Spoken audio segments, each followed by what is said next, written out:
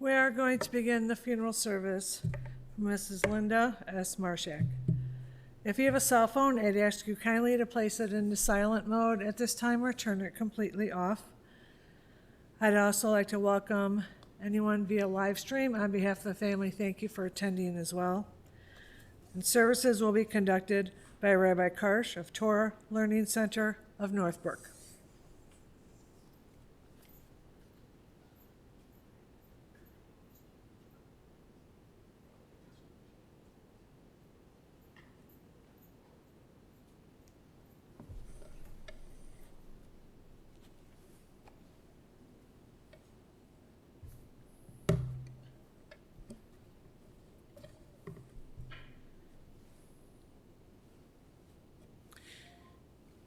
Mizmor LeDavid.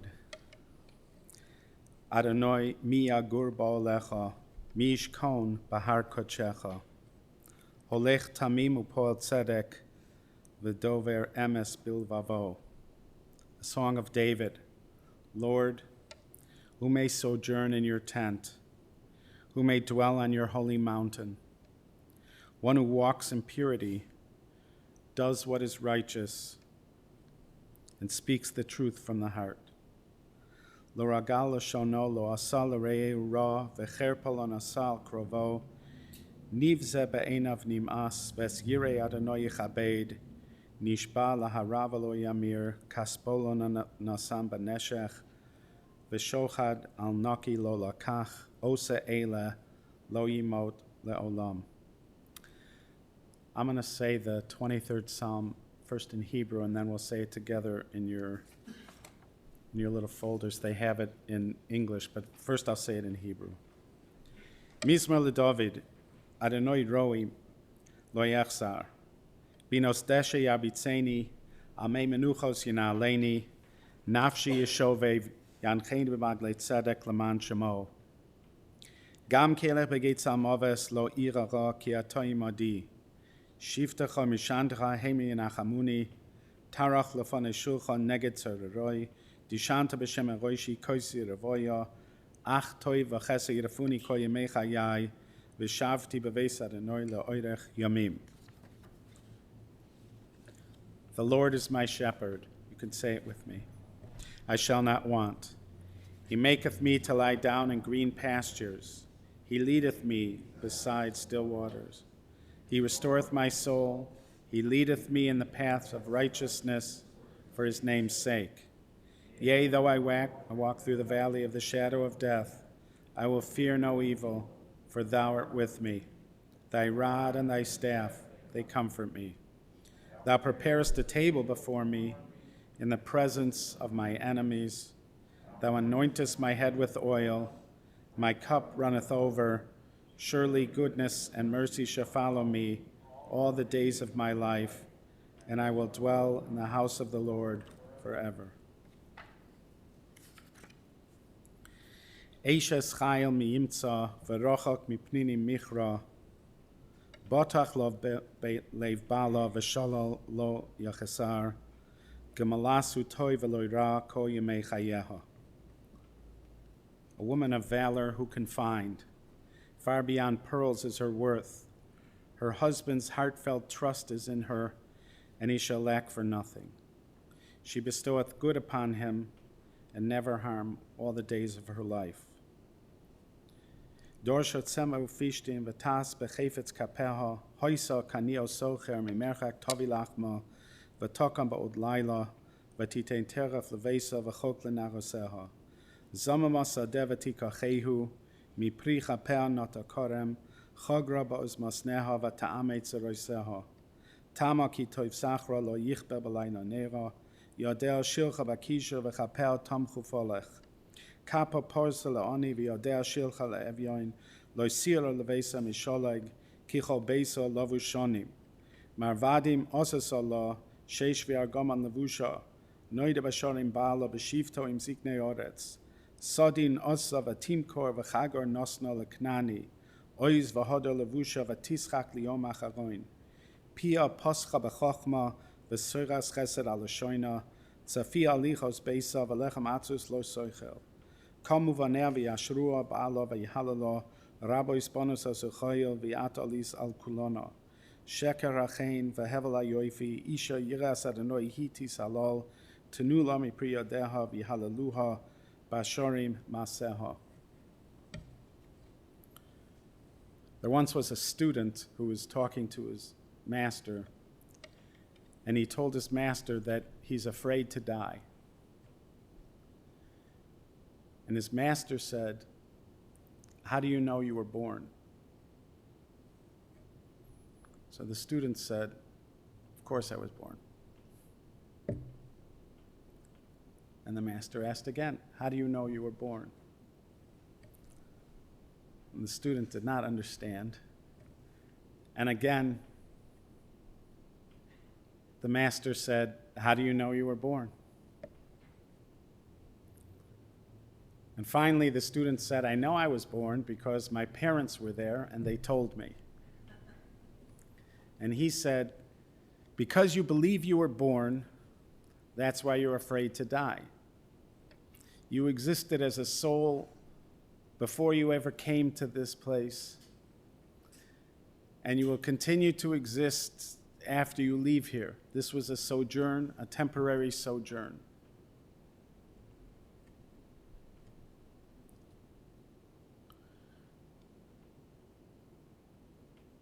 We don't know very much about what happened before and what will happen afterwards. In truth, we don't know very much about what is happening now. And like we don't know very much about those things, we also don't know very much about who we are and our nature. We get just a few points of data, and we live with them. The art of living is the art of living with the unknown.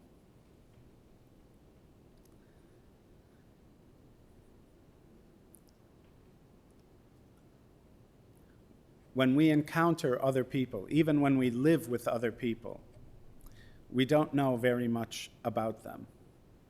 Sometimes we think we do, but we really don't. And if we stopped to honestly reflect, we would recognize that we know just a little bit. We're taught by our masters, our rabbis, the mystics, that our soul has many parts. There's something we call the nefesh. There's something we call the ruach. There's something we call the neshama. There's something we call the yechida. There's something we call the chaya. These are so elevated. We only have a little glimpse of the smallest part, even of our own being. There's a prayer we say in the morning, Elokai neshama shenasata bi. God, this soul that you placed within me. That's how it begins. What does that mean? Aren't I my soul? What does it mean, the soul that you place within me? Who's me? This is just a bit of recognition of the fact that there are parts of us that are so high that we wouldn't even recognize them if we bumped into them.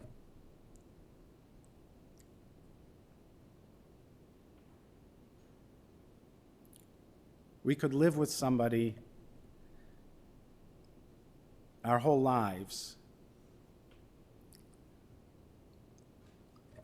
and at least our mind, we'll say our mind, the data we've collected is not much. We don't know much. We know a little bit. We sense it. Our heart senses that there is more. But our mind doesn't know it. It's one of the features of living on this plane of existence that we live in, that we don't see what we can't know. And it's very, very important to remember that when you're reflecting on the life of somebody, and you're reflecting on the details of that life, and you're reflecting on your experiences with that person, that these are just little glimmers into the totality of that person. And that for the most part, there is some glorious, magnificent, elevated personhood that are these other levels of soul, of which these things are just the slightest indication. We're going to reflect on somebody's life, and we're going to be thinking about somebody's life, Linda's life. But it's important to always remember that, to do honor to the totality of this person's being would be impossible. All we can do is talk about a detail here and a detail there. Bruce.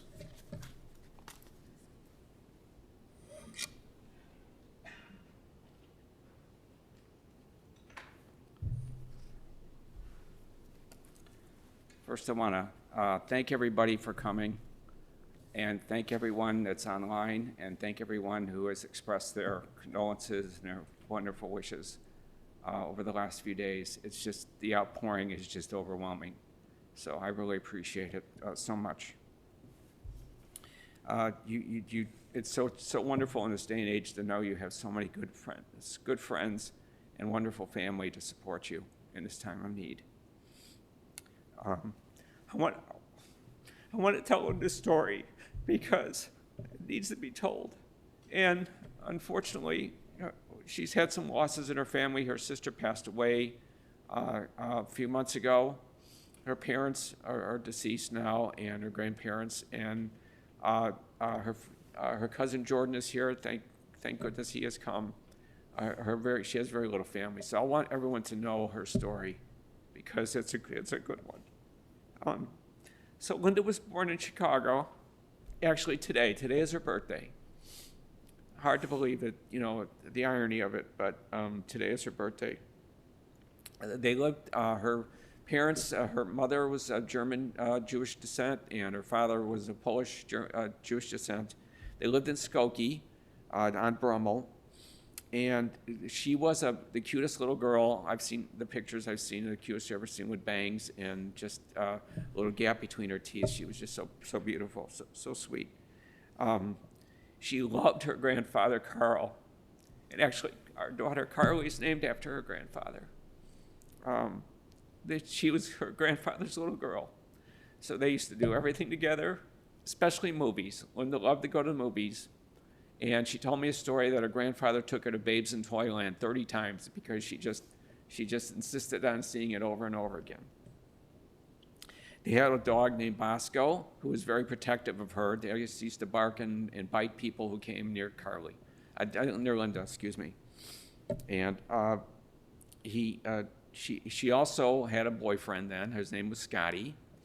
Scotty was her first boyfriend, and she told me that Scotty was the best kisser that she ever had until she met me. They used to kiss on the way back from school.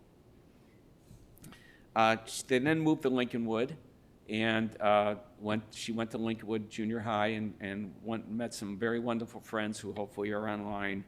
Moselle's brother is here, Mitchell, and Michelle Lustig, and Donna Tarson, Bonnie Lane, Jill Krolik. She stayed in touch with them all these years. Actually, it's just a wonderful thing. They had a dachshund named Rusty. Rusty was also the cutest little thing you've ever seen. I'll never forget my father-in-law, Visholam, who would walk him down the line with a cigar. And Linda would walk with him. Linda loved her father so much. Her father was her inspiration, just like mine is to me. He said he would help him with her. He would help her with her homework and teach her things. He was a very sick man, but he always had time for Linda. Linda was probably the smartest person I've ever met. She was a straight-A student. She worked very hard, but it just seemed easy, and school seemed easy to her. She's always studying, always learning. She has a master's degree in nursing. She's an advanced practice nurse, and she's a certified nurse midwife. When she graduated, she worked as a midwife and also was an ER nurse, and also taught. She taught other nursing students. And some of her students still remembered her and said what a great teacher she was. She also, one of the things that we had some infertility problems when we were married, and she saw an opportunity. We were getting injections for that, and she said, other women might need this. So with her friend Karen, she started a business, and they used to give fertility injections to women that were undergoing the treatment. Can everybody hear me? Does it need to be louder? Okay, let me talk closer to. Is that better? Okay, sorry. So when she was working as a midwife at Cook County Hospital, we ran across a girl who came in that was pregnant and was in need of help. And Linda helped her and befriended her, and we were able to adopt our beautiful daughter, Carly, thanks to the kindness of Edith, her mother. And Linda was actually in the birthing room when Carly was born. So it was Beshert, and it was wonderful. She was an avid reader. She would consume 2 to 3 books a week. I just couldn't keep the books out of her hands. She was just so enthralled with them. She also loved movies. She used to go to the movies by herself when I was working. She would take her pillows and sit in the back row of the movies and lay down. She didn't care. She didn't care because she just loved it, and she wanted to be comfortable. And that's the way she is. She did things her own way. She had her own sense of style. I didn't agree with it. As you can see, I'm very conservative, buttoned down. Linda was always dressed in lavish colors and fur stoles and just always very fashionable. And it was so we were I guess a compliment to one another. Even though sometimes I hated the way that she dressed whenever we went out, but she always had the last say. She loved concerts. We went to a lot of concerts when we were dating. We saw the Eagles, Linda Ronstadt, Steely Dan, Fleetwood Mac. She just loved culture. We went to the Symphony, the CSO downtown. Every kind of music she loved. She was an awesome cook. She would make the best turkey and brisket, and especially on the holidays, she would make just delicious meals for all of us. And even during the week, it was great. So we met in 1971, which is so hard to believe. It's been 50 years. I had just broken up. I actually got dumped by a girl because I was too serious. I wanted a relationship, and she didn't, and she just wanted to have fun, which is fine. But so I tried to take it very slow with Linda. We got fixed up.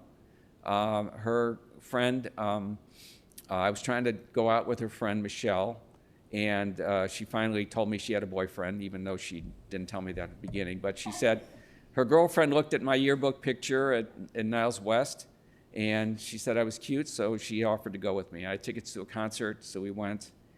And so again, I was trying to take it slow. As when I took her to the door, she goes, "What are you doing tomorrow?" So she wouldn't let me take it slow. But we did date for a while, and then we got engaged. But I wanted to go back to law school. I wasn't happy with my accounting career, so she waited for me until I graduated law school, and we got married. But my punishment was I had to buy her the biggest diamond in the store. So we had wedding rings inscribed by my cousin Jay. He was as a sulfur. It said, I found what my soul loves in our wedding rings. And so we started living in Evanston first, and then we moved downtown because Linda wanted to go back to school at Rush, and she didn't want to commute. So, but we traveled a lot. On our honeymoon, we went to France. I wanted to go to Hawaii, but since marriage is compromised, we went to France. That's what Linda wanted.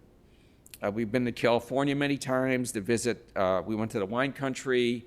We went to the Carmel. We went to Florida to visit my parents when they had a place there.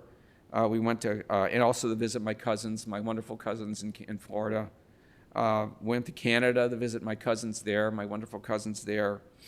And lots of trips to Boston where Carol, her sister, lived with her husband and 3 wonderful children. And we used to go to the Berkshire Mountains. We'd go to Newport. We went to Bar Harbor, Maine. And my brother-in-law, Lloyd, was so wonderful to us there. He let me borrow his Saab convertible, and we drove to the Berkshire Mountains. It was just the most wonderful experience. We also went to Arizona. She went to Arizona with me and to see the spring training games. To Palm Springs and San Diego, where our wonderful friends are. So we had lots of travel. We also went on trips for my former company. I was, for one of the best employees, we went to Miami, to Las Vegas twice, New Orleans, and Savannah. And the trips were wonderful. And I love being with my boss, Mark Helm, there, and his family. And they befriended us and actually invited us to his daughter's wedding.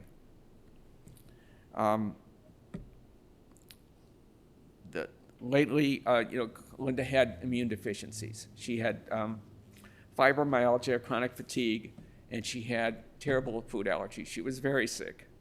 But she was smart, and she couldn't find doctors who could help her, but she figured it out herself.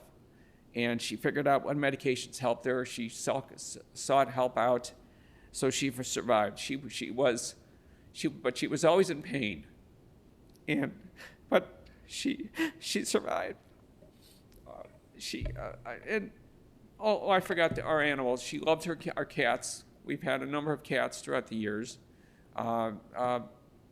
Morris and Higgins and Sam and Lucky and current cat Nike. She just loves them to death, and they loved her. They're always her constant companions. Linda was not an easy person to know what to love.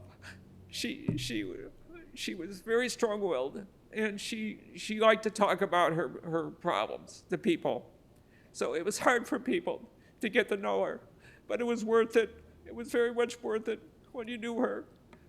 She was an acquired taste, but she was a wonderful acquired taste when you got to know her.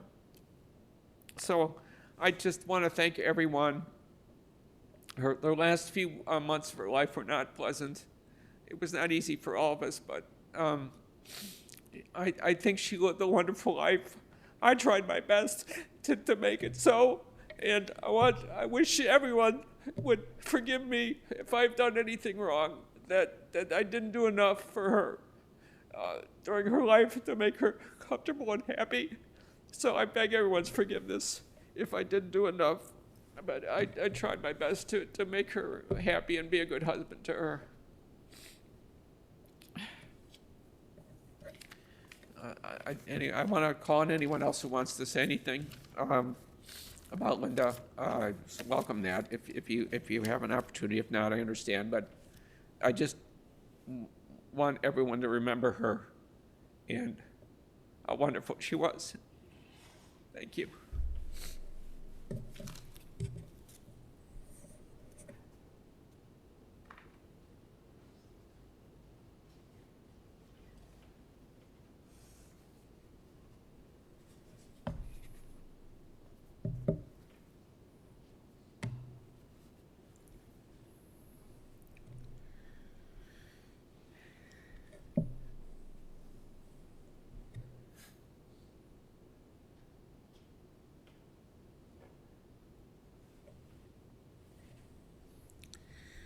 There's a poem by Rabbi Chaim Stern.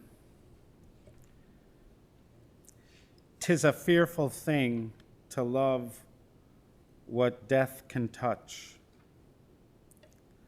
A fearful thing to love, to hope, to dream, to be.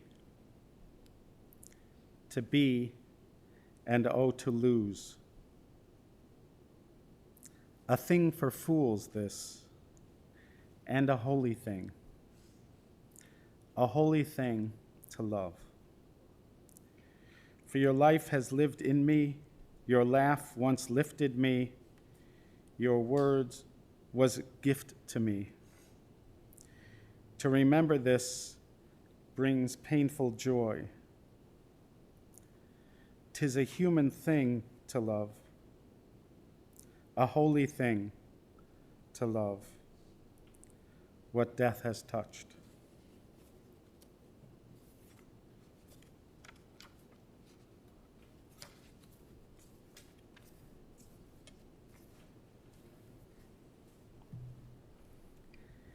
El molei rachamim sheichem bamroimim, hamtzei menucha nechoino al kanfei ashchina, b'malos kedoshim utoirim kizor rakia mazhirim es nishmas, soralea bas Ruvain, sheholcha lo'ilama.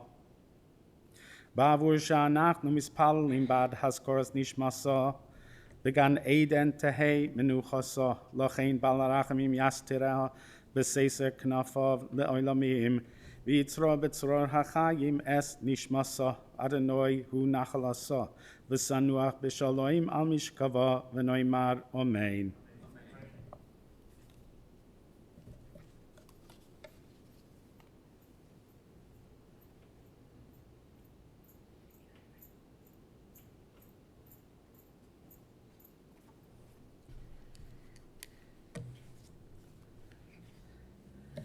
This does conclude the service here at the chapel.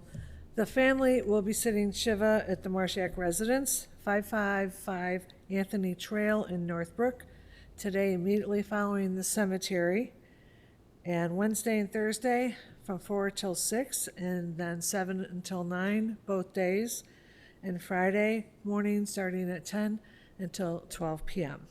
That information is on the folders you received when you entered the chapel. It's also on our website for your convenience as well. Interment will take place at Shalom Memorial Park at 1700 West Rand Road in Arlington Heights. The procession will be forming in our parking lot. Please keep in mind a few safety features while in the procession. Keep your bright headlights on at all times. Put your emergency blinkers on. Attach the orange funeral sticker to the passenger portion of your front windshield, and we will also attach a flag to the roof of your car, and please stay as close as safety permits to the car in front of you. The following people have been selected to serve as pallbearers. When I call your name, if you'd step forward. Dennis Marshak, Neil Posner, Stuart Marshak, Richard Horvitz, Moshe Marshak, and Earl Sternfeld. At this time, I would ask that everyone please rise as the family and the rabbi are escorted from the chapel.